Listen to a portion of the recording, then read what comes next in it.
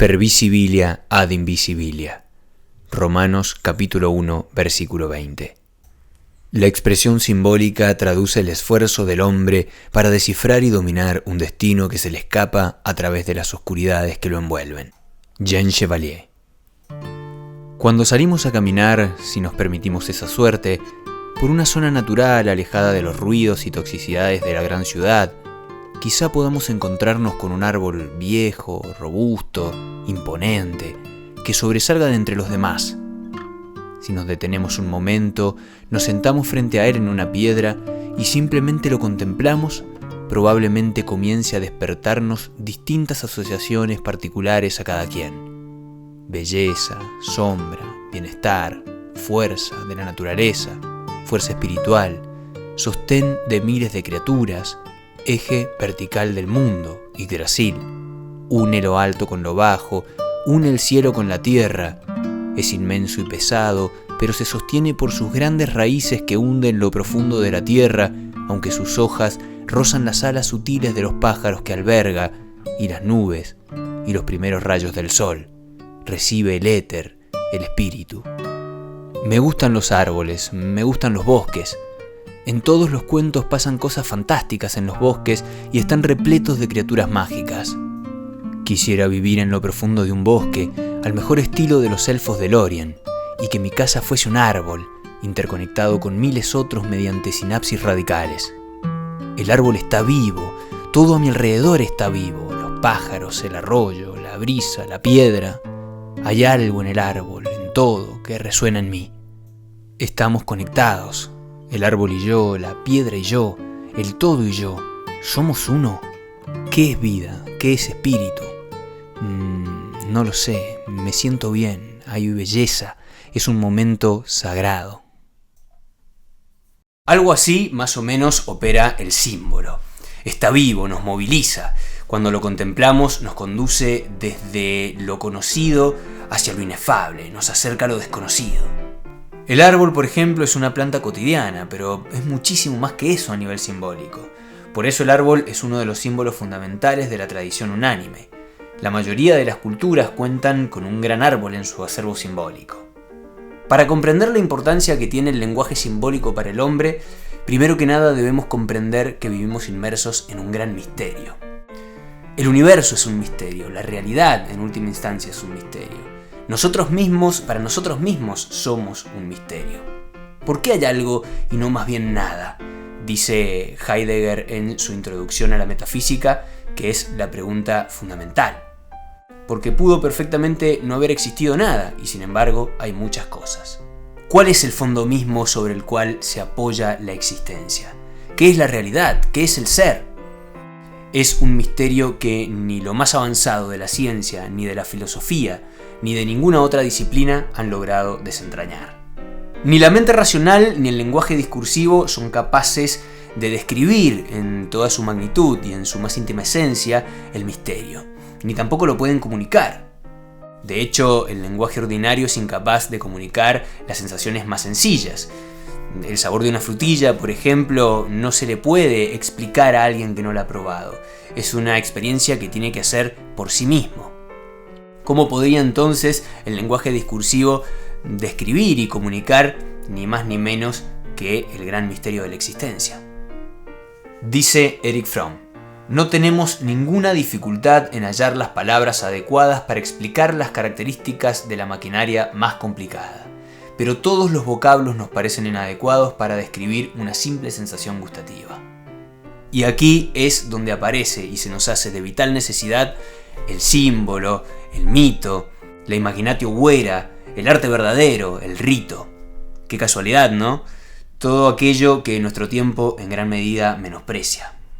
Ahora, si bien el símbolo tampoco puede responder a la pregunta por el fundamento último de la existencia, sí nos acerca de un modo muy particular a su objeto, si es que cabe llamarlo objeto.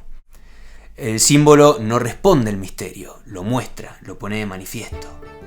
El símbolo es un puente que se tiende entre el hombre y el misterio. Imaginemos una casa con todas sus aberturas cerradas, donde afuera habita el misterio. Bueno, los símbolos son ventanas vidriadas a ese misterio inefable. Inefable quiere decir que no se puede expresar con palabras. Digo ventanas vidriadas porque los símbolos, a la vez que transmiten el misterio, también lo filtran, es decir, lo muestran mediado. Y es que, según la tradición, el hombre no puede ver de frente al absoluto, a la realidad última, ya que de hacerlo se cegaría, hablando metafóricamente, o algo peor, como lo que le sucede en la mitología griega a Sémele, una mortal, madre de Dioniso, cuando le pide a Zeus, un dios, que se revele tal cual es. Este al principio se niega porque sabe las consecuencias, pero Sémele le insiste tanto que Zeus finalmente accede y al contemplarlo, Sémele se quema completamente y muere. El símbolo vela y desvela el misterio, porque por un lado recubre con tal o cual imagen aquello que supera todas las imágenes, pero por otro lado lo expresa, lo manifiesta y en consecuencia lo comunica. Dice Olives Puig: lo simbolizado no es de ningún modo el símbolo, sino aquello inexpresable que no podría decirse de otro modo de no ser por aquella forma que en lo sensible lo manifiesta. Lo simbolizado está siempre más allá y por encima del vehículo sensible o formal que lo simboliza.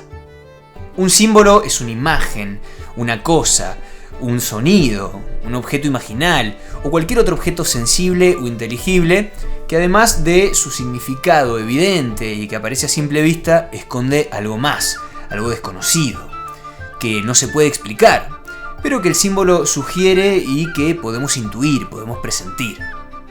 Pero cito a Carl Gustav Jung, que lo explica de manera magistral. Una palabra o una imagen es simbólica cuando representa algo más que su significado inmediato y obvio. Tiene un aspecto inconsciente más amplio que nunca está definido con precisión o completamente explicado, ni se puede esperar definirlo o explicarlo.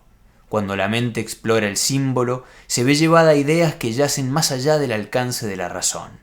Como hay innumerables cosas más allá del alcance del entendimiento humano, usamos constantemente términos simbólicos para representar conceptos que no podemos definir o comprender del todo.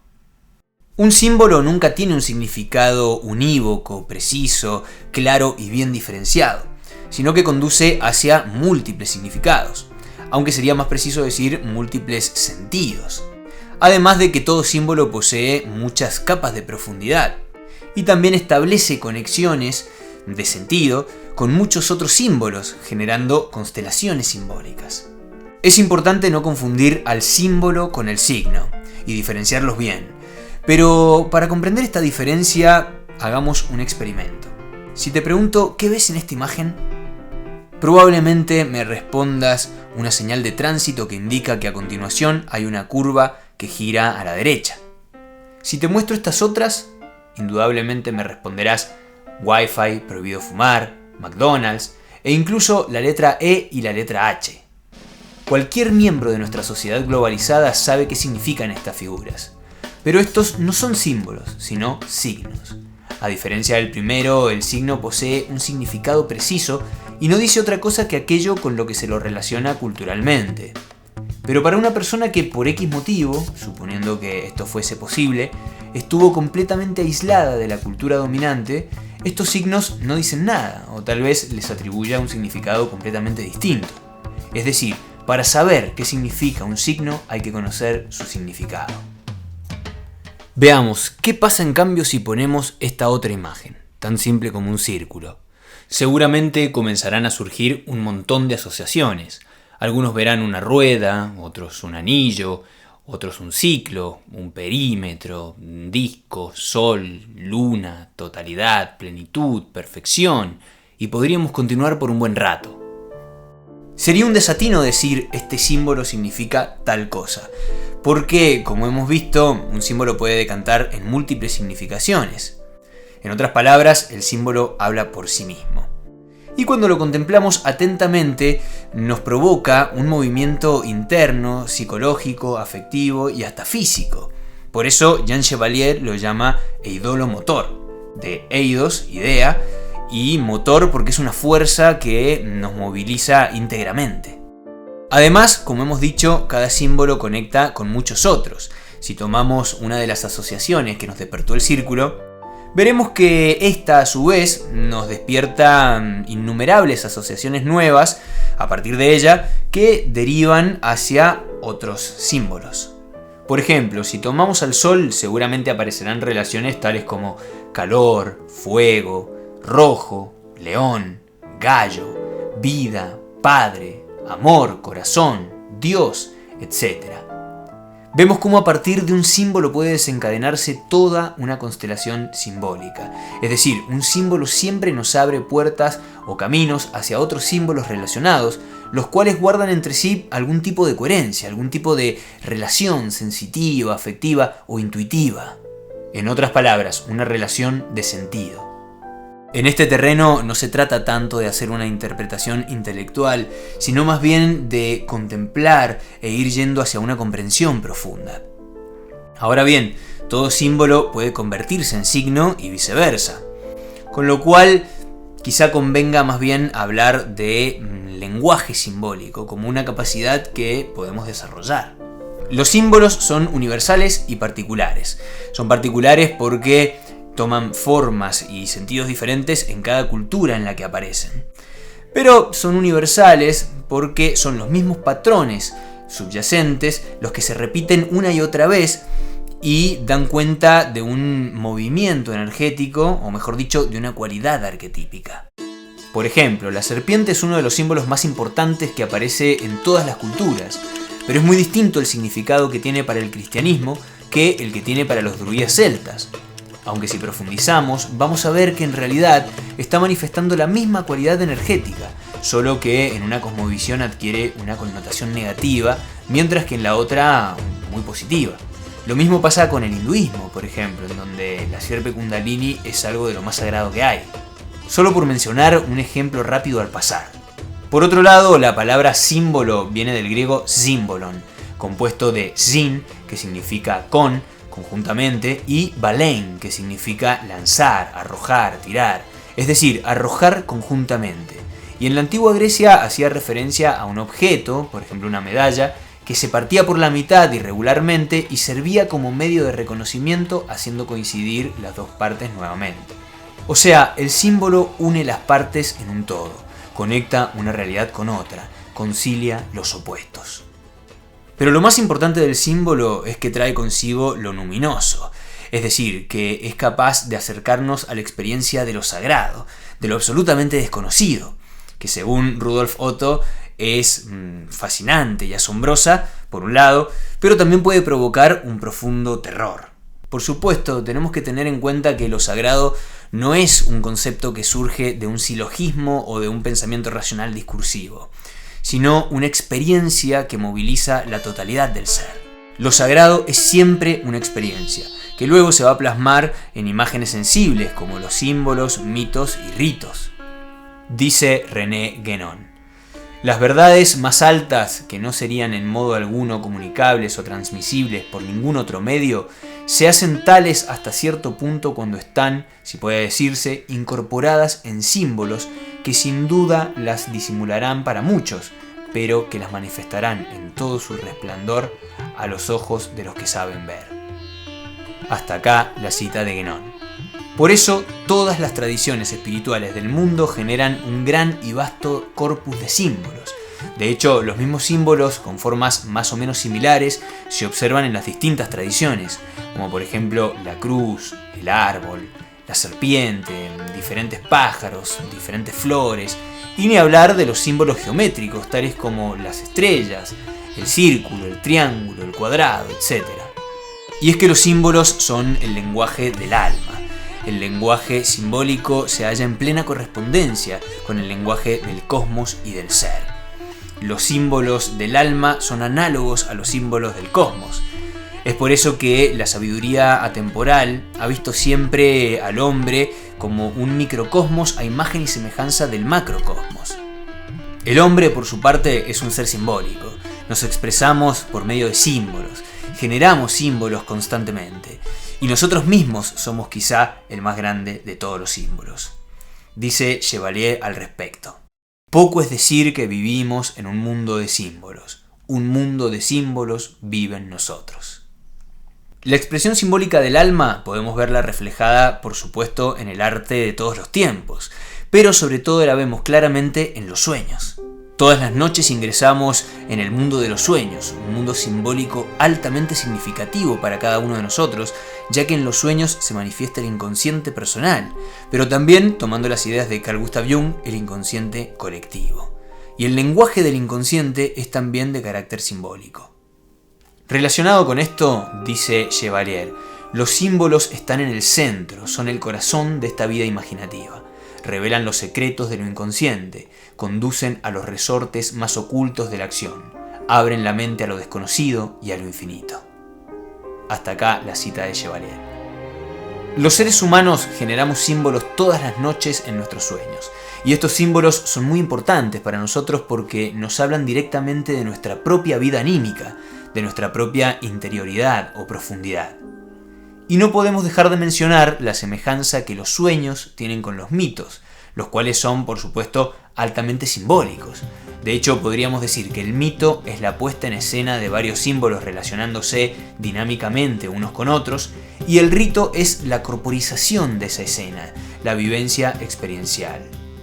Símbolo, mito, rito. Yo los llamo la tríada indispensable. El ámbito por excelencia de los símbolos, los sueños, las visiones, es el que Enrique Corbén ha llamado mundus imaginaris.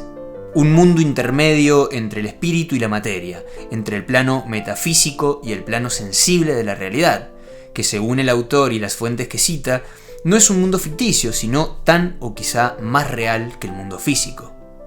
Por eso lo llama imaginal, para diferenciarlo de imaginario, ya que esta palabra en nuestra cultura ha tomado la connotación de algo ficticio o irreal. En fin, para comprendernos profundamente a nosotros mismos, se hace indispensable comprender la noción de símbolo y pasar de un lenguaje de significaciones y conceptos a un lenguaje simbólico, ya que como hemos visto el mundo simbólico es mucho más rico, más amplio que el de meras significaciones, y se condice mucho mejor con la experiencia de estar vivos en medio del misterio. Además, la conciencia es una porción muy pequeñita de nuestra totalidad, la cual se asienta en un profundo inconsciente, que se comunica con esta simbólicamente. Hay en nosotros un terreno inmenso, insondable, que permanece inexplorado, y el símbolo se presenta como una brújula de vital importancia a la hora de adentrarnos en las tierras de lo desconocido. Aventibus symbolum facilis est transitus. Para quien tiene el símbolo, el tránsito es fácil, decía el alquimista Milius. En futuros videos ahondaremos en algunos símbolos fundamentales de todas las tradiciones. Por ahora me despido de todos ustedes, deseándoles una buena semana y dicha interior. Muchas gracias.